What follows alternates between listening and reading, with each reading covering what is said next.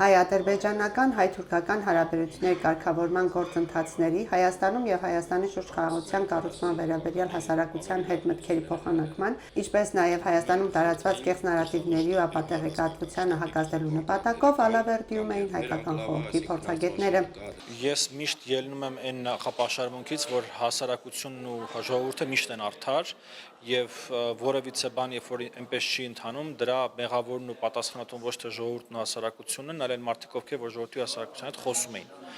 Երկրորդը, դուք նշեցիք, որ իշխանությունն ու ընդդիմությունը աշխատում են, ճիշտ է, ես ներկայացնում եմ ոչ իշխանությունը եւ ոչ ընդդիմությունը, ես ներկայացնում եմ Հայաստանի քաղաքացիական հասարակությունը եւ իմ խնդիրն է իրականությունը ուրեմն հասցնել մեր հայրենակիցներին։ Այդ առումով հենց դրա համար էլ մենք աշխատում ենք, հենց դրա համար մենք անում ենք այս հանդիպումների շարքը, որպեսզի հնարավորինս կարողանանք մարդկանց ներկայացնել այն ինչ որ տեղի է ունենում հողի վրա։ Արդյոք բոլորը եւ իդեալական պատկերացնում են ոչ, բայց նույնիսկ եմ ուզում կգնել, ես չեմ համարում, որ դա մարդկանց խնդիրն է, ես դա համարում եմ օրինակի համար, որ իմ խնդիրն է։ Գոյություն ունեն տարբեր գործընթացներ կան պետությունների միջև, գործընթացներ կան պետությունների ղեկավարների միջև, գործընթացներ կան հասարակության տարբեր շերտերի միջև։ Մենք փորձագետներ ենք, փորձագիտական համայնքների միջև եւս գործընթացներ կան, ընդ որում այդ գործընթացները եղել են 90-ականներից սկսած, դա նորություն չէ։ Եվ այդ գործընթացների վերաբերյալ մենք պարբերաբար հաշվետվություն ենք ներկայացնում մեր ժողովրդին։ Հիմնականում հաշվետվություն ներկայացնում ենք մեր հարցազրույցների միջոցով, մեր կենտրոնում հանդիպումների միջոցով, բայց վերջին ժամանակներում նկատեցինք, որ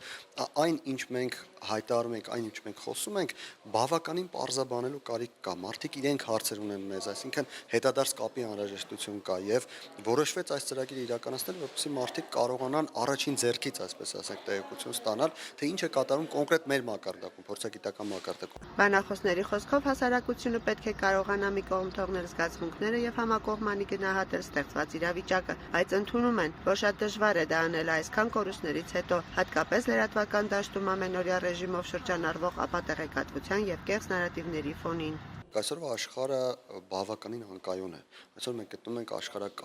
հին աշխարհակարգի փլուզման եւ նոր աշխարհակարգի ձևավորման այդ առանցքում։ Այսինքն ինչ որ բան փլուզվել է, ինչ որ նոր բան էլ դեռ չի ձևավորվել, մենք արանքում ենք։ Եվ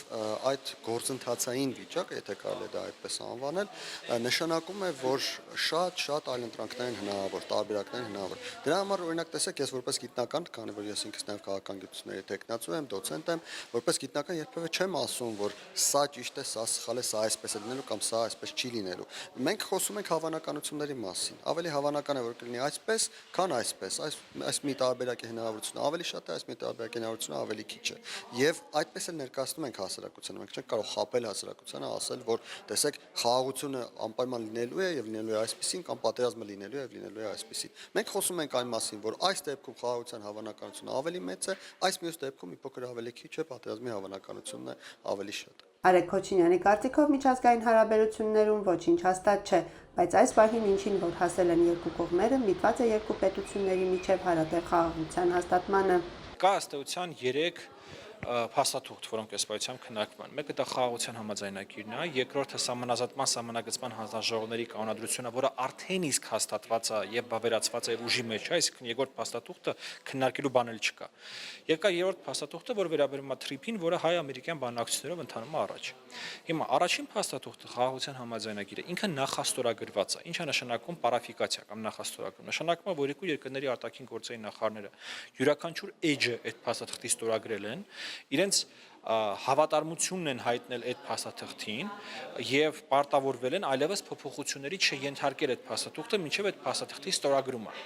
Հիմա նշանակում է արդյոք սա, որ աշխարհերեսին չկա հնարավորություն, որ սա չի կարող իրականացվել։ Չի նշանակում, ընդհանրապես միջազգային հարաբերություններում նման բան չկա։ Ես ուզում եմ հիշեցնել, որ Ռուսաստանը Ուկրաինայի տարածքային ամբողջականության երաշխավորն էր Բուդապեշտի հռչակագրով։ Հասկանում եք, երաշխավորն էր, ինքը պետք է երաշխավոր էր, որ այդ երկրի տարածքային ամբողջականությունից ոչինչ չի ելնելու։ Տեսեք ինչ է կատարվում։ Իսկ միջազգային հարաբերություններում չկա այդպես փաստաթուղթ, որը ձեզ կտա ինչ-որ sense վերջնական երաշխիք։ Ոստեղ մեր մեծ Թումանյանի խոսքն եմ ուզում հիշել, որ մենք ամեն ինչից չպետք է սարքենք Կիկոսի մահ, որ հələ այդ փաստաթղթին չենք հասել, այդ փաստաթուղթը հələ չենք ստորագրել, արդեն մտածում ենք, թե ով կարա ոնց խախտի այդ փաստաթուղթը։ Հանդիպման ժամանակ խոսվեց նաև հայ գերիների վերադարձի մասին։ Մեր օրակարգում մշտապես կա ռազմագերիների հարցը, մենք բարձրացնում ենք անձամբ ես եւ իմ գործընկերները եւս հանդիպումների ժամանակ մշտապես խոսում ենք դրա մասին։ Հիմնականում ադրբեջանցիները պատասխանում են, որ դա իրենց օրակարգը չէ, այսինքն իրենք ընդհանրապես փորձագետ են, դա պետության խնդիրն է եւ պետականորեն ավելի բարձր մակարդակում դա պետք է քննարկվի, բայց կան նաեւ հաջողված օրինակներ, տեսեք վերջերս տեղի ունեցավ այդ 4 ռազմագերիների վերադարձը, որտեղ ես մի փոքր այդպես գաղտնազերծով նշեմ, որ մեր կազմակերպության եւ մեր իմ գործընկերների աշխատանքի որոշակի ներդրում կար, այնպես որ որոշ դեպքերում թեև նրանք ադրբեջանցիները փորձագետները ասում են, որ դա իրենց խնդիր չէ, բայց որոշ դեպքերում հնարավոր է լինում ինչ-որ բան անել, մենք աշխատում ենք, որ մեր հնարավորության սահմաններում նպաստենք մեր բոլոր ռազմագերիների վերադարձին։ Քաղաքացու ձայնը Լոռու մարզի Ալավերդի համայնքից